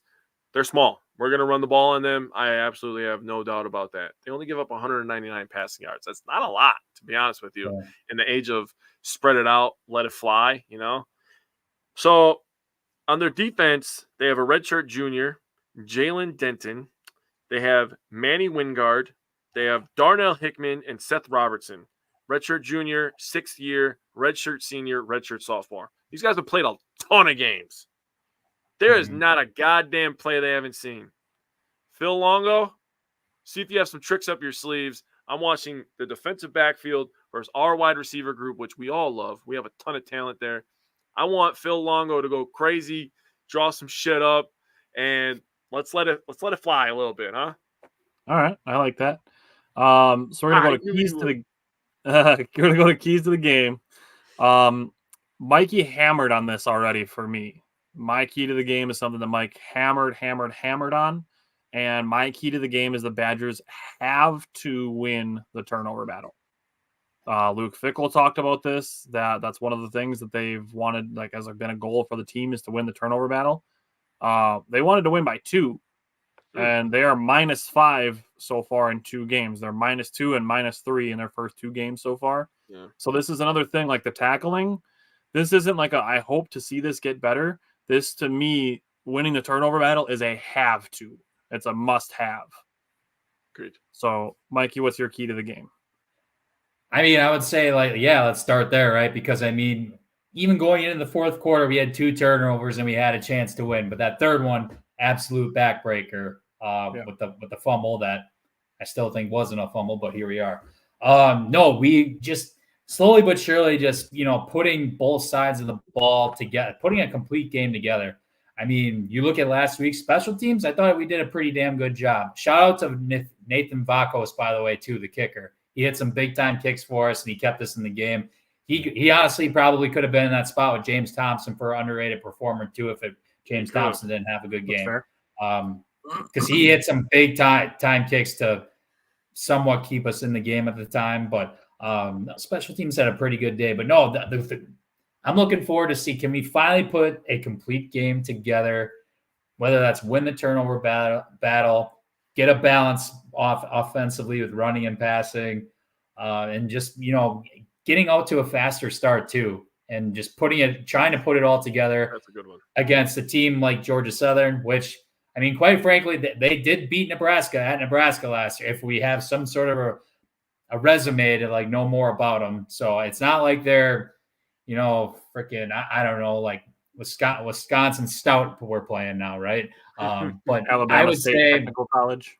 Yeah, exactly. So just looking forward to seeing how close we can be to putting that complete game together in all phases. Jake, what's your key to the game? So when I was taking my notes and I was looking at the turnovers, and I know we had 2 last week, I knew one of you was going to bring up turnovers. I knew it. I knew one of you. So I wanted to go a completely different route. That was the low-hanging fruit. For me, it's win the vertical game. I'm talking about running the ball straight at them with a Braylon Allen. Again, they're small. Run the ball at them. Make them tackle Braylon Allen. Okay? Force that issue. I also want us to throw it deep because Tanner Mordecai has great touch on those deep passes, as you can already tell. Win the vertical game. Stretch this field. I understand the necessity for the jet sweeps and the smoke screens and the dives out.